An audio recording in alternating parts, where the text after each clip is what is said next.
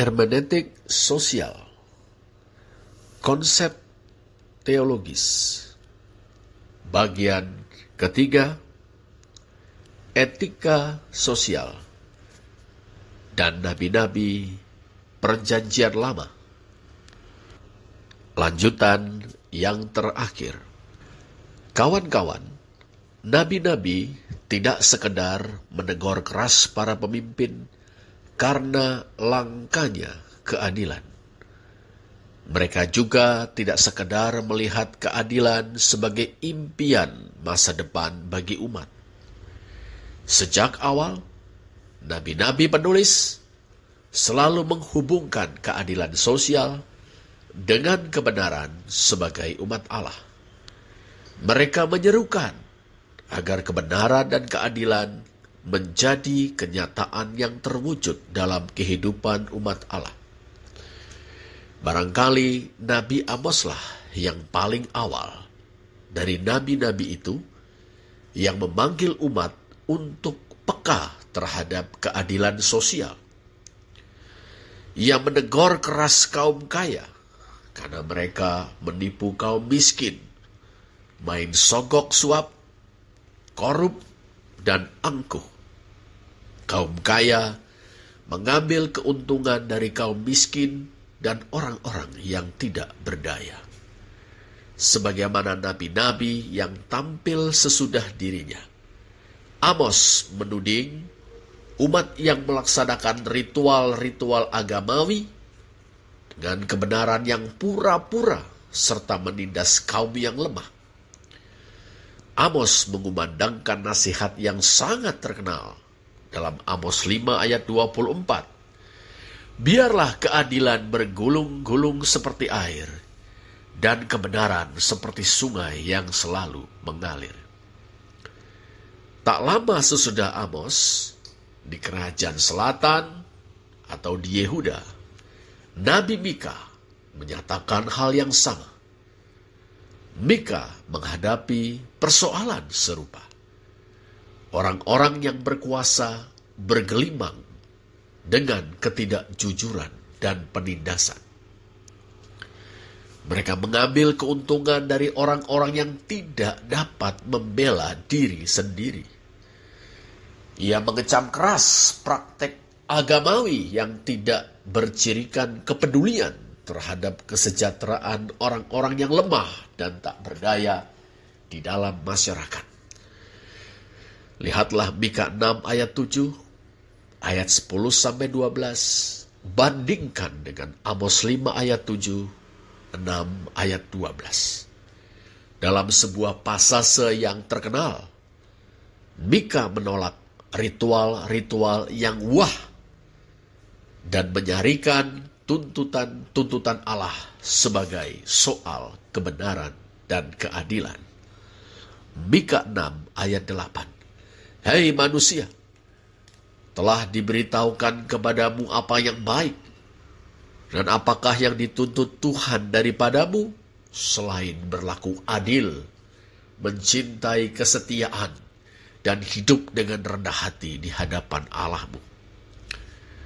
Kawan-kawan, Yesaya dari Yerusalem yang sejaman dengan Mika juga menentang umat karena pelanggaran-pelanggaran yang sama. Nabi Yesaya menyatakan bahwa Allah telah menolak ibadah mereka karena dipandangnya tidak tulus dan bercacat.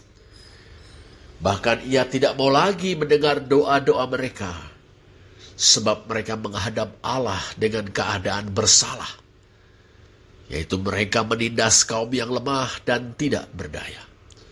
Mereka harus bertobat, dan itu berarti mengubah perilaku mereka terhadap orang-orang yang telah mereka tindas.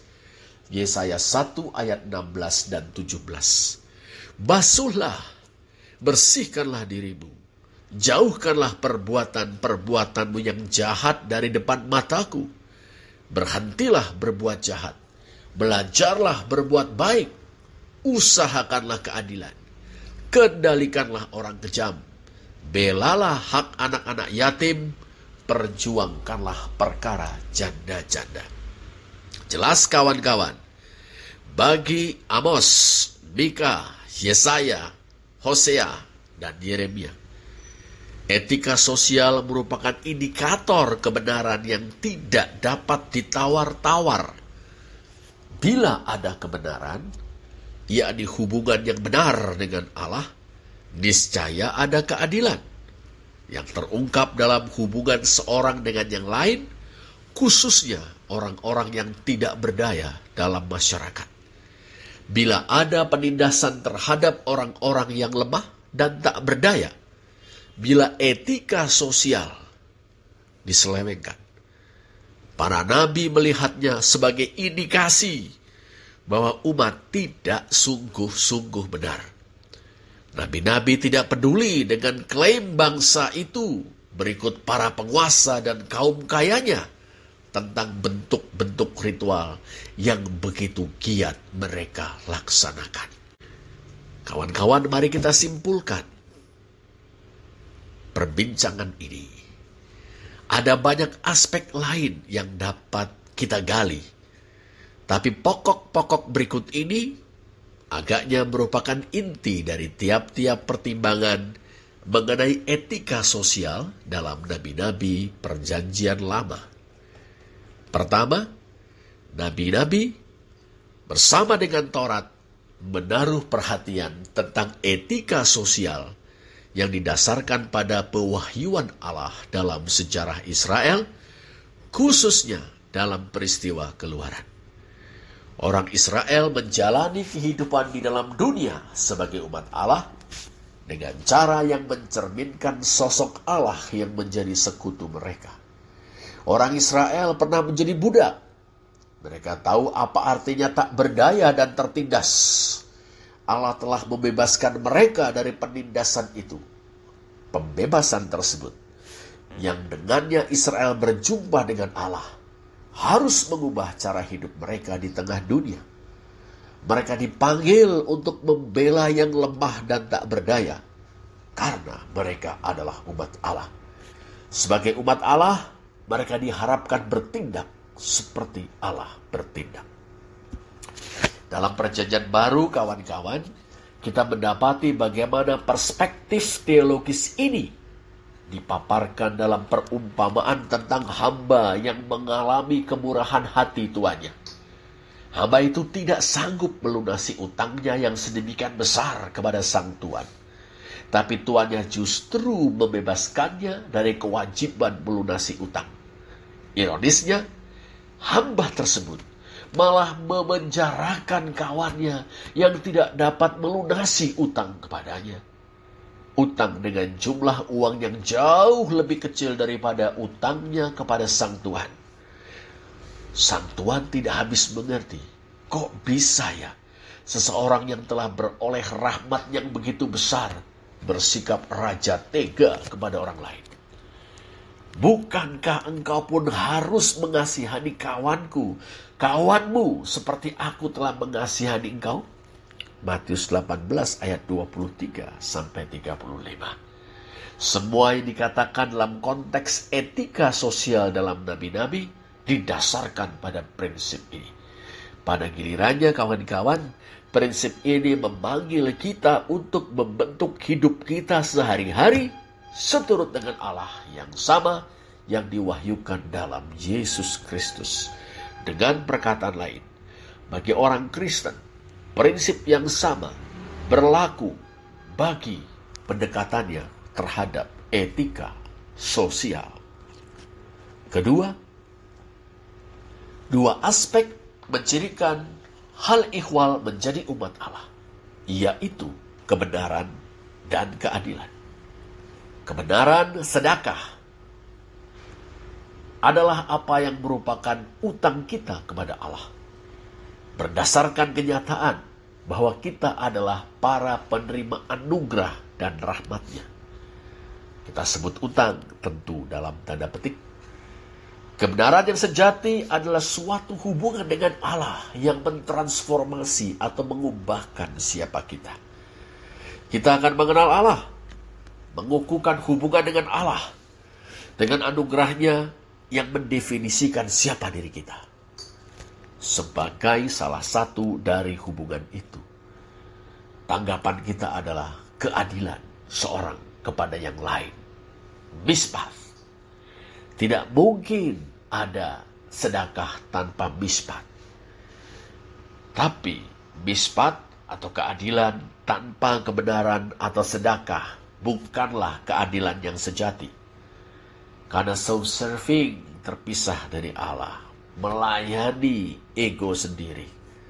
Perihal bagaimana persisnya keadilan itu dikerjakan di dalam dunia, tidak bisa didefinisikan secara memadai dengan hukum, apalagi hukum positif semata. Pasalnya, keadilan didasarkan pada suatu hubungan, bukan legalitas semata-mata. Keadilan tidak dapat direduksi menjadi seperangkat hukum positif dan penerapannya. Keadilan hanya dapat dihidupi dari dasar yang dinamis, yakni hubungan dengan Allah. Kawan-kawan, ingat, Yesus pernah diminta untuk meringkaskan apa yang dikehendaki Allah dari manusia. Kendati tidak menggunakan kata-kata yang sama, Yesus menanggapi dengan prinsip lipat dua yang sama. Kasihilah Tuhan Allahmu dengan segenap hatimu, dengan segenap jiwamu, dan dengan segenap akal budimu. Kasihilah sesama manusia seperti dirimu sendiri. Matius 22 ayat 36-40. Mengasihi Allah dengan segenap hati, akal budi, jiwa adalah prinsip kebenaran. Sedekah, suatu tanggapan kepada Allah karena anugerahnya. Yang kedua terkait erat. Sebab mengasihi Allah dengan segenap hati, jiwa dan akal budi menjadi benar. Secara tak terelakkan akan mendorong kita untuk mengasihi sesama manusia seperti diri kita sendiri. Prinsip keadilan atau mispat. Seperti dikatakan Yesus, pada kedua prinsip ini tergantung seluruh hukum Taurat dan kitab para nabi. Dalam Injil Lukas, yaitu pasal 10 ayat 29, kawan-kawan, seseorang menanggapi prinsip ini dengan bertanya kepada Yesus, "Siapakah sesamaku manusia?" Kemudian Yesus menceritakan perumpamaan tentang orang Samaria yang murah hati. Dalam menuturkan cerita itu, Yesus mengilustrasikan bagaimana keadilan dapat bekerja dengan mempedulikan dan memenuhi kebutuhan orang yang lemah dan tak berdaya. Yesus memanggil kita, kawan-kawan, untuk mengasihi dan mempedulikan orang-orang yang membutuhkan. Memanggil kita untuk memenuhi kebutuhan mereka, meski mungkin mereka musuh kita. Dan Yesus mengakhiri perumpamaan itu dengan perintah, "Pergilah dan lakukanlah itu." Kawan-kawan, nabi-nabi berurusan dengan penerapan praktis dari etika sosial dalam komunitas iman atau umat Allah. Mereka meyakini identitas atau jati diri Israel sebagai umat Allah dan mengajukan pertanyaan serius tentang bagaimana menghidupinya dalam bingkai atau dalam rangka kebenaran atau sedekah dan keadilan atau mispat. Prinsip-prinsip para nabi masih tegak berdiri sampai sekarang, diteguhkan ulang oleh Yesus dalam perjanjian baru. Kita masih harus mengajukan pertanyaan serius tentang bagaimana hidup sebagai umat Allah pada masa kini. Bila tidak, kawan-kawan, kita akan gagal untuk memenuhi prinsip-prinsip Alkitabiah tentang keadilan atau mispat dan kebenaran atau sedekah. Padahal nabi-nabi perjanjian lama dan Yesus mengajak kita untuk memenuhinya. Sekarang cobalah menjawab pertanyaan-pertanyaan berikut ini. Pertama, apakah kesamaan prinsip etis Yesus, prinsip etis Taurat, dan prinsip etis nabi-nabi dalam perjanjian lama? Kedua, para nabi menyerukan agar kita berpihak kepada mereka yang lemah, miskin, dan tak berdaya. Sebutkanlah dalam konteks kita masa kini, siapa sajakah yang termasuk dalam kategori atau golongan mereka yang lemah, miskin, dan tak berdaya? Ketiga, apa yang bisa kita lakukan untuk memperjuangkan kebenaran dan keadilan bagi mereka yang miskin, lemah, dan tak berdaya pada masa kini? Selamat mencoba. Tuhan memberkati.